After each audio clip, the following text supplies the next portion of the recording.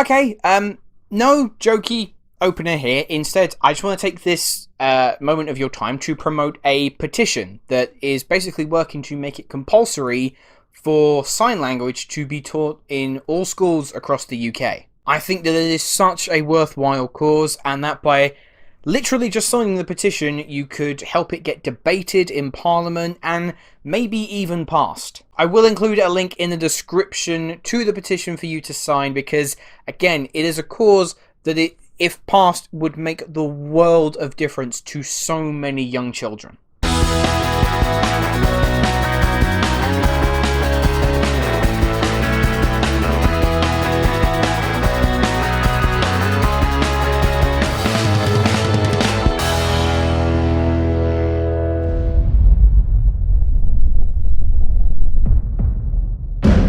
Your hearing is deteriorating rapidly.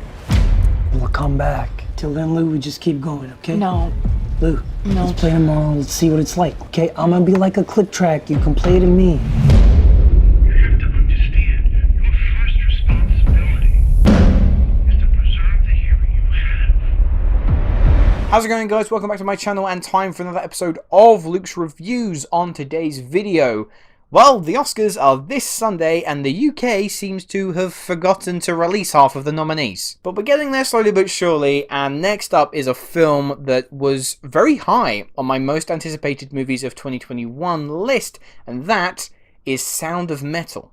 Riz Ahmed stars as a heavy metal drummer named Ruben who performs in a band alongside his girlfriend Lou, played by Olivia Cooke. Ruben suddenly notices a rapid deterioration in his hearing and learns that the overexposure to noise is making him deaf. To learn to cope with this new adjustment to life, Ruben enrolls himself into a deaf community, hoping to deal with his new condition as well as prevent his past addictions getting the best of him. The deaf community is a group scarcely represented in the movie-making world, and when they are, it can sometimes feel like a token gesture, or it isn't handled with the sensitivity that it should be. In the case of Sound of Metal, what I just said could not be further from the truth. Writer and director Darius Marder has poured his heart into this project, highlighting the trials and tribulations a person may encounter in the early stages of such a diagnosis, but also reaffirming the brilliance of such a community and how a person can still thrive and live a fulfilling life despite some initial limitations. Marder's approach from a directorial point of view is very reserved and understated, quite a refreshing take compared to some of the directorial stances that you see in other films nominated this year that are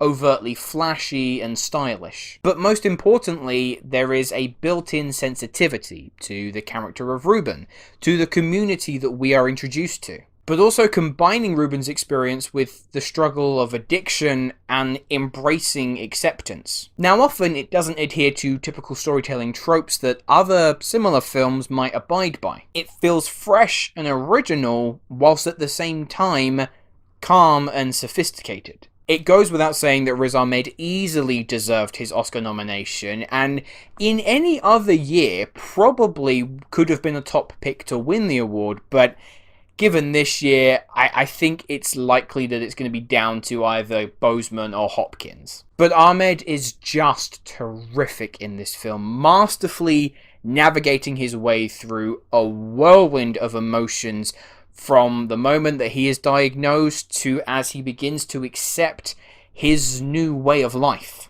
I'm pretty sure he does all his own drumming too, and that's really impressive. But watching his character learn and embrace this new community was perhaps the most uplifting moments, not just in the film, not even just of this year, probably of all the films in 2020 as well. There is a scene where he's teaching deaf kids to drum, and if that scene doesn't even slightly move you, I don't know what will. Olivia Cooke was really impressive too. She features more prominently in the first half than the second half, but she does a great job as Ruben's anchor, and even when she's not in the film or even on screen, there is still this lingering presence that she has throughout Ruben's arc. And poor Raci, man, I had heard so much love for this performance, even before he was nominated for the Oscar. And I'm so happy to report that Raci gives one of the most heartfelt and beautiful performances I've seen in any of the performances across all of the acting categories nominated this year. Now, there's no chance in hell Daniel Kaluuya is losing for his performance in Judas and the Black Messiah. That's a lock.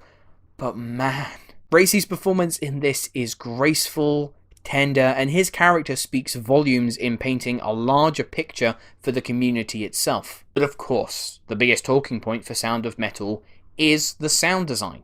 I would have killed to have seen this in the cinemas, but oh well, my TV is going to have to do. Nicholas Becker, who served as the supervising sound editor, it's a freaking exceptional job. From the start, the overall soundscape, even before Ruben loses his hearing, is fractionally amplified, so that the smaller, more ancillary sounds sound even more distinct than they would normally be. Then, when Ruben loses his hearing, we as an audience are transported into this world along with him. Sounds become incredibly muffled, dialogue is practically indeterminable. Now, it doesn't stay like that for the whole time, we sometimes cut in and out, but the way in which it's handled, the entire experience is totally immersive. And from that point on, the sound design evolves and changes depending on Ruben's condition, making for some really inventive and creative decisions when it came to the sound mixing and sound editing.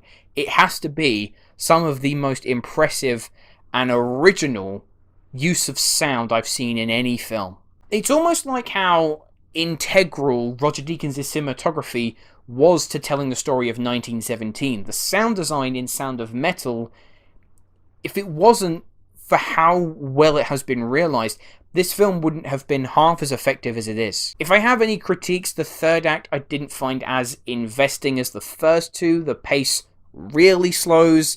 It has a beautiful ending, but I thought that it didn't quite maintain my overall engagement into the story. But that's really it. Sound of Metal is a must-see film. Riz Ahmed gives one of the best performances I've seen from him.